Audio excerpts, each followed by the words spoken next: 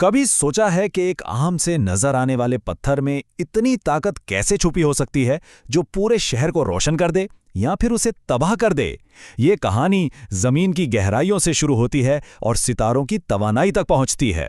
तो आइए आज मिलकर यूरेनियम की अफजूदगी के इस हैरत अंगेज सफर को समझते हैं। जरा स्क्रीन पर देखिए, ये वाकई हैरान कुन है। सिर्फ 1 किलोग्राम यूरेनियम में इतनी तवानाई है जितनी 30 लाख किलोग्राम कोयले को जलाने से मिलती है। मतलब ये कि जो काम कोयले से भरे सैकड़ों ट्रक करेंगे, वही काम यूरेनियम का सिर्फ 1 किलोग्राम कर सकता है। ये फर्क ही हमें बताता है कि हम किसी मामूली चीज की बात नहीं कर रहे। तो सवाल ये पैदा होता है कि आखिर इस मामूली से दिखने वाले पत्थर में इतनी जबरदस्त ताकत कैद कैसे है? इसका राज क्या है? चलें आज इसी राज से पर्दा उठाते हैं। आज की इस गुफ्तगू में हम यूरेनियम की कहानी को 5 हिस्सों में समझेंगे। सबसे पहले हम इसकी छिपी हुई ताकत को जानेंगे, फिर देखेंगे कि इसे अफजूदगी के लिए तैयार कैसे किया जाता है। उसके बाद अफजूदगी के असल अमल को समझेंगे। फिर बात होगी ईंधन और हथियार के फर्क की, और आखिर में इस टेक्नोलॉजी की मिरास और इससे जुड़ी जिम्मेदारियों पर नजर डालेंगे। तो चलें अपने सफर के पहले मरहले का आगाज करते हैं और देखते हैं कि यूरेनियम की असल हकीकत क्या है और इसकी ताकत का सरचश्मा कहाँ है। तो यूरेनियम क्या है? ये एक कुदरती अंसुर है जो हमारी जमीन में ही पाया जाता है। इसकी 2 अहम किस्में हैं, या यूं समझ लें कि इसके 2 जुड़वां भाई हैं।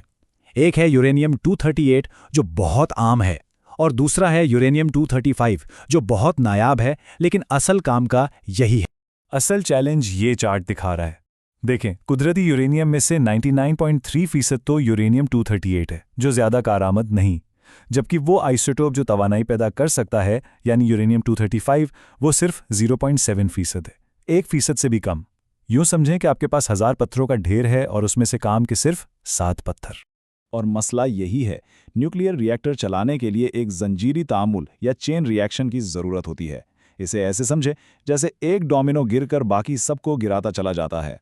ये सलाहियत सिर्फ और सिर्फ यूरेनियम 235 में है। इसका मतलब यह हुआ कि हमें इस नायाब आइसोटोप की मिकदार को बढ़ाना पड़ेगा, और इसी अमर को अफजूदगी या इनरिचमेंट कहते हैं। तो ये अफजूदगी होती कैसे है? ये अमल सीधा सेंट्रीफ्यूज से शुरू नहीं होता। इसकी शुरुआत ज़मीन से होती है, जहां यूरेनियम को एक पत्थर से निकालकर एक खास गैस में तब्दील किया जाता है। इस तैयारी के 3 बड़े मरहले हैं। सबसे पहले कानकनी, जिसमें पत्थरों को जमीन से निकाला जाता है। फिर होती है मिलिंग, जिसमें इन पत्थरों को पीसकर केमिकल से साफ किया जाता है, जिससे एक पीले रंग का पाउडर बनता है जिसे येलो केक कहते हैं। और आखिर में इस येलो केक को एक खास गैस यूरेनियम हेक्साफ्लोराइड में तब्दील कर दिया जाता है, क्योंकि अफजूदगी इसी गैस पर की जा सकती है।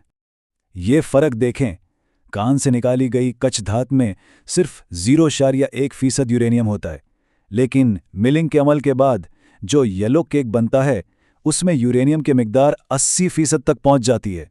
ये एक बहुत बड़ी और बहुत ज़रूरी तब्दीली है। लेकिन सवाल यह है कि इसे गैस में क्यों तब्दील किया जाता है?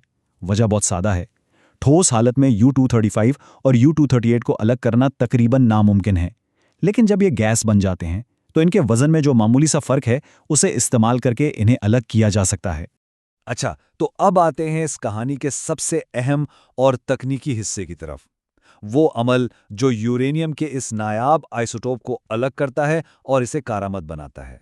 जैसा कि ये इक्तबास बता रहा है, ये काम बहुत मुश्किल है। क्यों?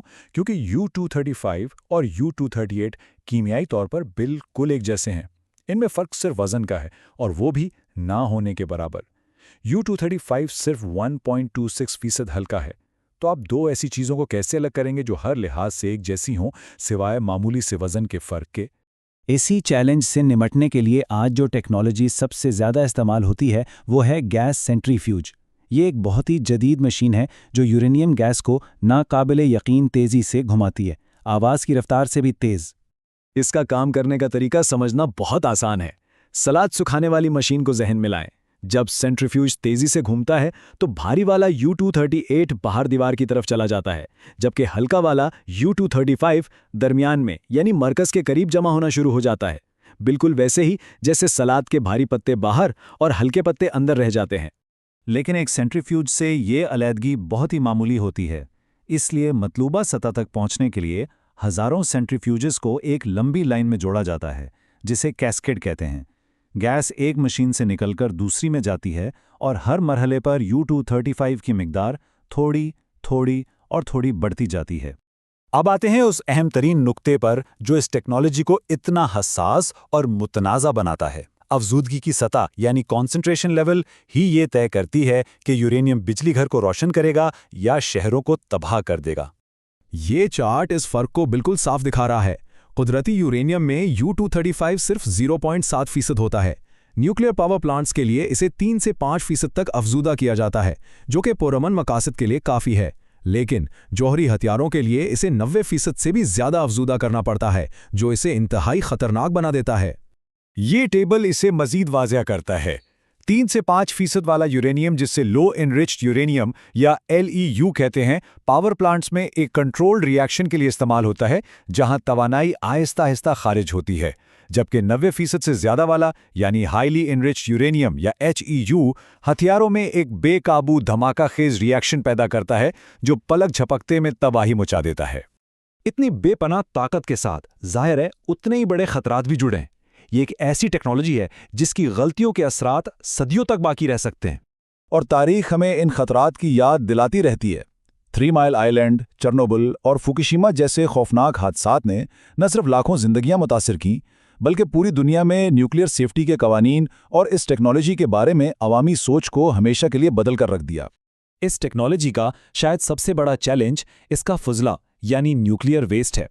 यूरेनियम के इस्तेमाल के बाद जो तापकार मवाद बचता है वो हज़ारों बल्कि लाखों साल तक खतरनाक रहता है।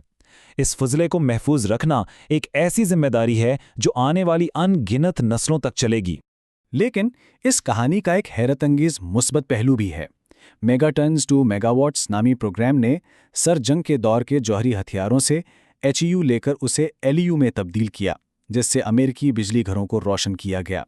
ये इस बात की एक शानदार मिसाल है कि कैसे तबाही के लिए बनाए गए मवाद को तामीर और तरक्की के लिए भी इस्तेमाल किया जा सकता है।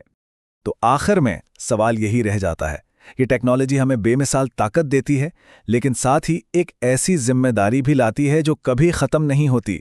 हम बहैसियत इंसान आने वाली नस्लों के लिए इस ताकतवर और पुरखतर मिरास को कैसे संभालेंगे? क्या हम इसके फ़ायदे और नुकसानात में वो तवाज़ुन कायम कर पाएंगे जिसकी इसे ज़रूरत है? ये एक ऐसा सवाल है जिसका जवाब हम सबको मिलकर तलाश करना होगा।